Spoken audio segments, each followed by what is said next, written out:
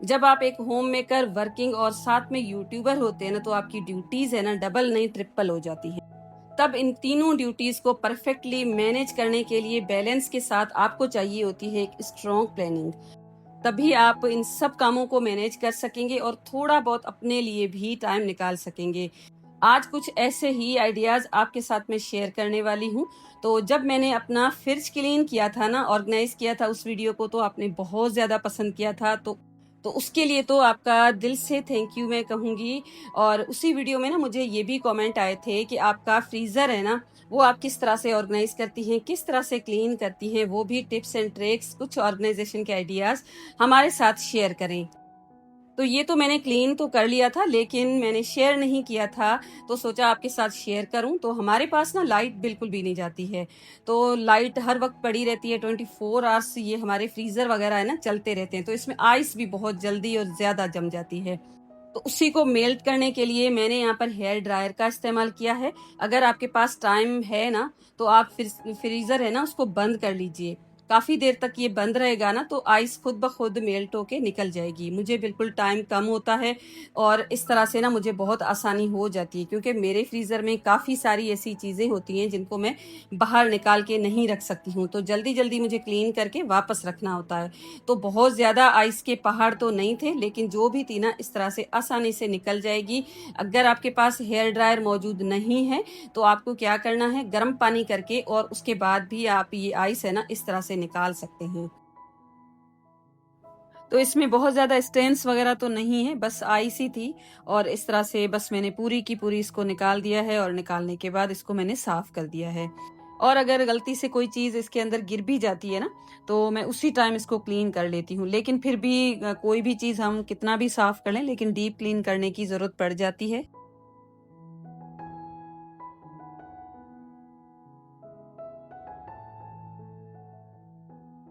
तो आइस तो पूरी मैंने इस तरह से निकाल दी थी, और उसके बाद ना मैंने इसको साफ कर दिया था।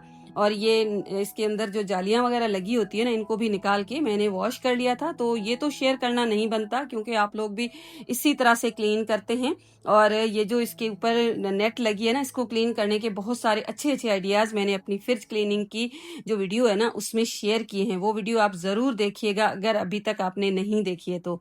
तो अब इसके ना मुझे मैट लगाने थे। मार्केट में बहुत सारे मैट मिल जाते हैं, मेरे पास भी एक रोल पड़ा हुआ था, लेकिन मैंने यूज नहीं किया, क्योंकि उसका जो कलर था ना डार्क था, और मुझे इसी तरह के लगाने थे। और मैंने जो फ्रिज के ऊपर लगाई थी ना शीट ट्रांसपेरेंट, वो तो खत्म हो गई थी। तो मेरे पास इस तरह के ये पुराने फाइल पड़े हुए थे, एक साइड से फट चुके थे, और उसके बाद बस मैंने इनको कट कर लिया है। ऊपर जो फ्लैप है ना उसी को आपको कट करना पड़ेगा, और उसके बाद इसको आप लगा सकते हैं।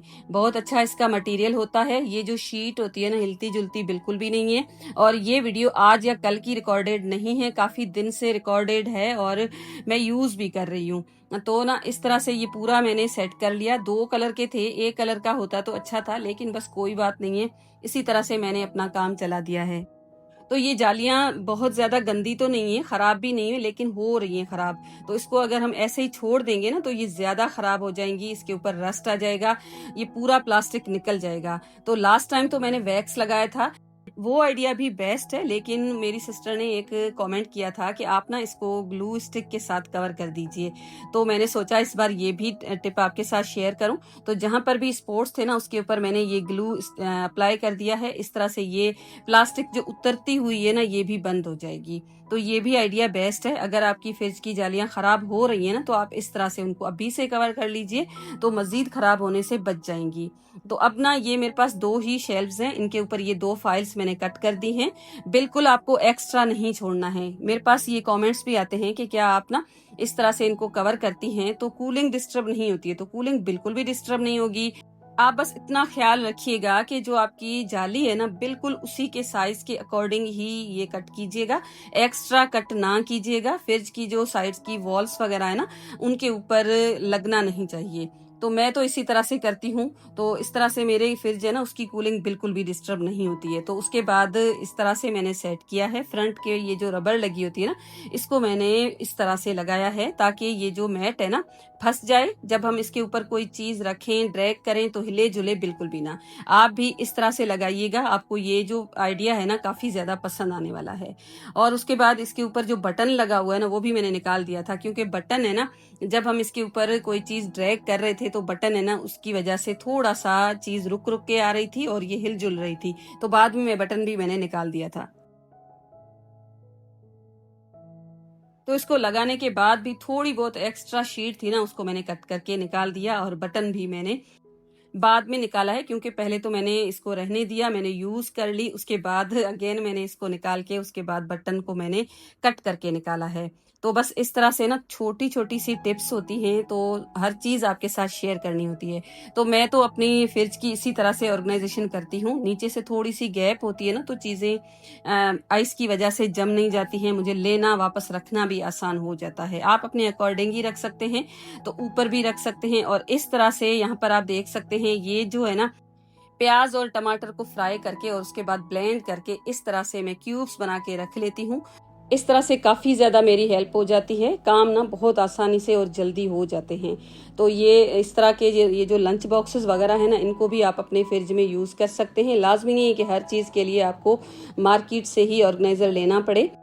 तो ये सारे फ्रोजन आइटम्स हैं। तो मील प्लान मैं पूरे वीक की करती हूँ।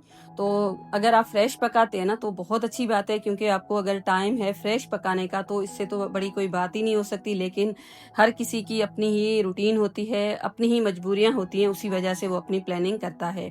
तो अपना यहाँ पर बहुत अच्छी सी एक रेसिपी भी आपके साथ शेयर करूंगी आज। तो सबसे पहले तो 600 ग्राम मैंने चिकन ली थी, उसके साथ साथ 1 टेबल स्पून के जितनी मैंने डाल दी थी लहसुन, उसकी पेस्ट, साथ में 1 मीडियम साइज की प्याज थी, उसको मैंने चॉप कर लिया है। मोटा कुटा हुआ धनिया था, जीरा था, मिर्च भी थी, लाल मिर्च जो होती है ना वो थी, थोड़ी सी मैंने इसमें हल्दी भी डाल दी थी। और उसके साथ साथ नमक डाल के, साथ में 1 से 2 टेबल स्पून के जितना ऑयल भी इसमें मैं डाल दूंगी। और हरी मिर्च है ना, वो बिल्कुल ऑप्शनल है। एक मैंने इसको इस तरह से दरदरा सा ही कूटा है और उसके बाद इसमें डाल के, और अब मैं इसको चॉप कर दूंगी। बिल्कुल बारीक सा इसको चॉप करना है। 2-3 बार मैंने अपनी चॉपर को चलाया था और इस तरह से बिल्कुल फाइन सी एक पेस्ट बन के रेडी हो चुकी है। मेरे घर पे ना बाहर से चीजें बहुत कम आती हैं, तो हर चीज मैं अपने बच्चों के लिए अपने घर पे ही बनाती हूँ। तो ये ना बहुत ही, मैंने एक इंस्टा पे ये रेसिपी देखी थी तो सोचा आपके साथ शेयर करूं और खुद भी ट्राई करूं। तो इस तरह से ये पूरा जब मटेरियल रेडी हो चुका ना, तो उसके बाद मैंने ना एक ले लिया था जिप लॉक बैग, उसमें मैंने ऑयलिंग कर दी है और उसके बाद इस पूरे को इसके अंदर डाल दिया है। इस तरह से मैंने कर दिया है सेट। और उसके बाद कोई भी आप वुडन स्टिक ले सकते हैं, नाइफ ले सकते हैं, इस तरह से आप इसको दे दीजिएगा शेप और उसके बाद कर दीजिए फ्रीज। तो बस इस तरह से छोटे छोटे से चिकन के बाइट्स रेडी हो जाएंगे। जब भी आपको टाइम ना हो, बस इसको निकाल के और उसके बाद फ्राई कर सकते हैं। एयर फ्रायर में भी इसको बनाया जा सकता है, दोनों तरह से ये बेस्ट रह जाता है। फिर आप इसको बर्गर में यूज कर सकते हैं, पराठे के साथ भी इंजॉय कर सकते हैं। बहुत ही अच्छी सी रेसिपी है, इसको ट्राई जरूर कीजिएगा। अब ये जो क्यूब्स है ना, अगर आप चाहें तो इसको आप किसी एयर टाइट कंटेनर में डाल के रख सकते हैं, नहीं तो अगर इसमें छोड़ देंगे ना तो भी बिल्कुल खराब नहीं होंगे। बिल्कुल भी आइस वगैरह नहीं जमती है, क्योंकि ये जो बैग्स होते हैं ना बिल्कुल एयर टाइट होते हैं। तो इस तरह से मेरे पास काफी ज्यादा सब्जियां होती है ना, उनको भी मैं कट करके रख देती हूँ। प्याज होती है उसको भी कट करने के बाद फ्रीज कर देती हूँ। तो ना मैंने इस तरह की एक बास्केट ली हुई है, तो इसके ऊपर लिड तो है नहीं। अगर आपके पास ऐसी कोई बास्केट है ना जिसके ऊपर लिड है तो बेस्ट हो जाएगा। मैं तो इसके अंदर बहुत सारी चीजों को रखती हूँ। तो यहाँ पर आप देखें, ये चिकन भी है और टमाटर वगैरह है ना, सारे के सारे मैं चॉप करके तकरीबन 1 वीक के तो मैं रख देती हूँ, क्योंकि मुझे काफी ज्यादा जल्दी होती है। तो इस तरह से ना मेरे काम काफी ज्यादा आसान हो जाते हैं। तो ये जो बैग्स है ना, इन बास्केट्स में रखने से ये फायदा हो जाता है कि जब इनमें थोड़ी चीज रहती है ना तो किसी भी कोने में जाकर ये छुप नहीं जाते हैं। तो ये बास्केट में अगर होंगे ना तो थोड़ी सी चीज किसी भी पाउच में रहेगी, उसको भी हम यूज इजीली कर सकते हैं। तो बास्केट पूरी की पूरी हमें नजर आ जाती है और इस तरह से चीजें है ना ऑर्गेनाइज भी रहती हैं और फ्रिज में स्पेस भी सेव हो जाती है। तो इस तरह की ये जो प्लास्टिक की डिस्पोजेबल लिड्स आती है ना, इनको भी आप ले सकते हैं। तो अगर आपको किसी भी चीज़ को कवर करके रखना है, लिड आपको मिल नहीं रही है, तो इस तरह से ना बहुत आसानी हो जाती है। ये भी मेरे किचन में और फ्रिज में यूज़ होने के लिए हमेशा रहती हैं। तो काफ़ी ज़्यादा अच्छी हैं ये। तो प्लास्टिक तो है वैसे, लेकिन ये कि हमारे काम है ना इससे आसान हो जाते हैं। तो यहाँ पर देखें, ये जो आइसक्रीम है ना, ये भी मैं अपने घर पे ही बनाती हूँ। आइसक्रीम को भी मैंने इसी बैग के साथ कवर करके उसके बाद इसकी लिड लगाई है। वो इसीलिए कि यहाँ पर क्लिंग शीट भी मैं यूज़ करती हूँ, क्योंकि जब आइसक्रीम बनाते हैं ना तो क्रिस्टल्स बन जाते हैं। तो इस तरह से ना बहुत आसानी से इसको भी आप कवर कर सकते हैं, नहीं तो कोई भी चीज़ आप इसमें कवर करके उसके बाद रख सकते हैं। तो होममेड आइसक्रीम है ना बहुत ही यम्मी बनती है। अगर आप कभी कहेंगे ना तो इसकी भी रेसिपी मैं आपके साथ ज़रूर शेयर कर दूंगी। तो आज तो मैंने इसीलिए शेयर किया कि क्या पता आप ये ना सोचें कि निर्मला कभी कुकिंग करती भी है या नहीं करती। पूरा दिन ये ऑर्गेनाइजेशन में लगी रहती है, DIYs में लगी रहती है, तो ऐसा बिल्कुल भी नहीं है। मैं अपने किचन में कुकिंग भी कर लेती हूँ, अच्छी ही करती हूँ, और उसके बाद अपना अपना काम शुरू करते हैं। तो यहाँ पर आप देखें, ये मेरे पास 2 मिल्क की जो बोटल्स होती है ना वो ही हैं। तो इसका मटेरियल बहुत अच्छा नहीं होता है। अगर आप चाहें ना तो इसमें दालें वगैरह फिल करके रखने के लिए भी इनको यूज़ किया जा सकता है। एक तो ये हो गया आइडिया। लेकिन मैंने ना इन दोनों बॉटल्स को कुछ इस तरह से कट कर दिया है। तो मैंने लास्ट वीडियो में आपके साथ शेयर किए थे फ्रिज के कुछ बिन्स, जो आपने बहुत ज़्यादा पसंद किए थे। तो ये अगर बॉटल्स आपके पास है ना, तो सेम टू सेम उसी प्लास्टिक की है, और आप बिल्कुल ये यूज़ करते हैं उसी तरह से इनको यूज़ कर सकते हैं।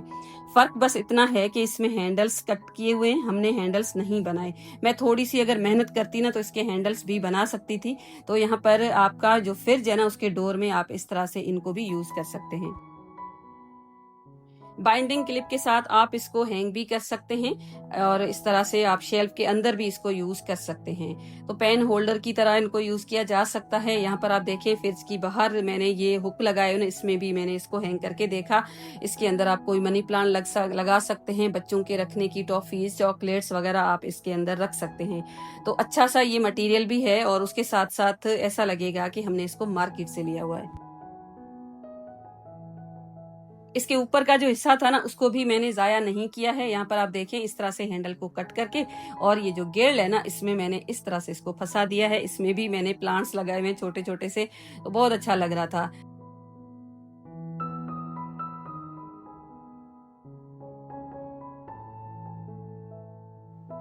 अब चलिए इन सब चीज़ों को फ्रिज के अंदर वापस से रख देते हैं। ऊपर यहाँ पर आप देख सकते हैं, इस तरह से ये जो बास्केट है ना, मैंने बिल्कुल डीप रख ली है, और ऐसा नहीं होगा कि चीज़ें हैं ना मुझे वापस से मिलेंगी नहीं। बास्केट के अंदर होंगी ना, तो सारी की सारी चीज़ें मैं आराम से ले लूँगी।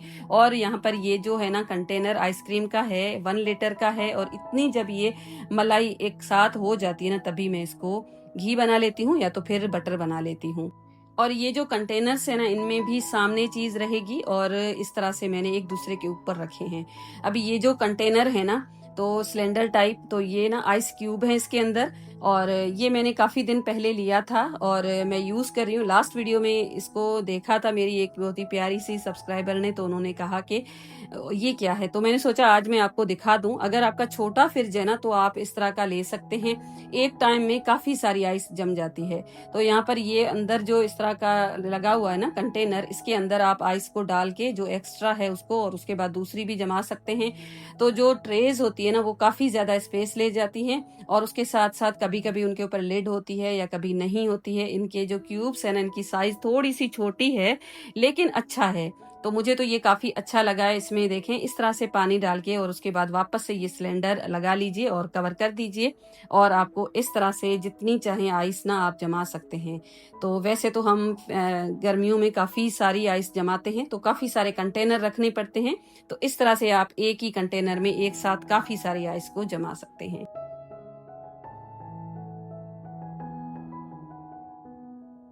अब ये फ्रीजर का डोर मैंने क्लीन भी कर लिया, साथ में लाइनिंग भी लगा दी है।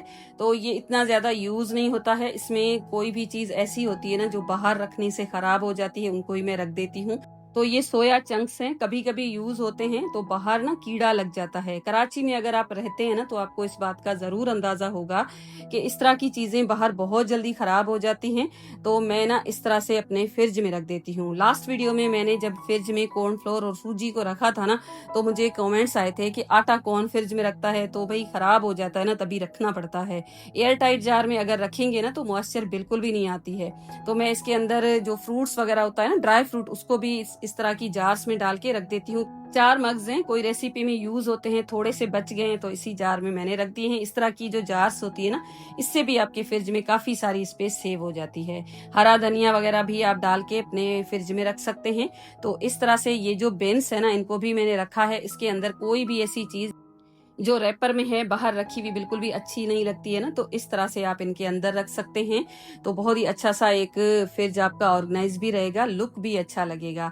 तो वैसे तो फ्रिज आप खुद ही देखते हैं, लेकिन आपकी आंखों को भी चीज अच्छी लगनी चाहिए ना। जैसे यहाँ पर देखें, ये जो चॉकलेट है ना, कुकिंग चॉकलेट, इसको मैंने इसके अंदर रख दिया है। तो बस आज का था मेरा इतना ही वीडियो। आई होप पसंद आया होगा। पसंद आया है तो वीडियो को लाइक जरूर कर लीजिएगा, शेयर कीजिएगा और साथ साथ कमेंट में ये जरूर बताइएगा कि आपको आइडिया कौन सा अच्छा लगा है। सब्सक्राइब करके जाइएगा। Thank you and bye bye.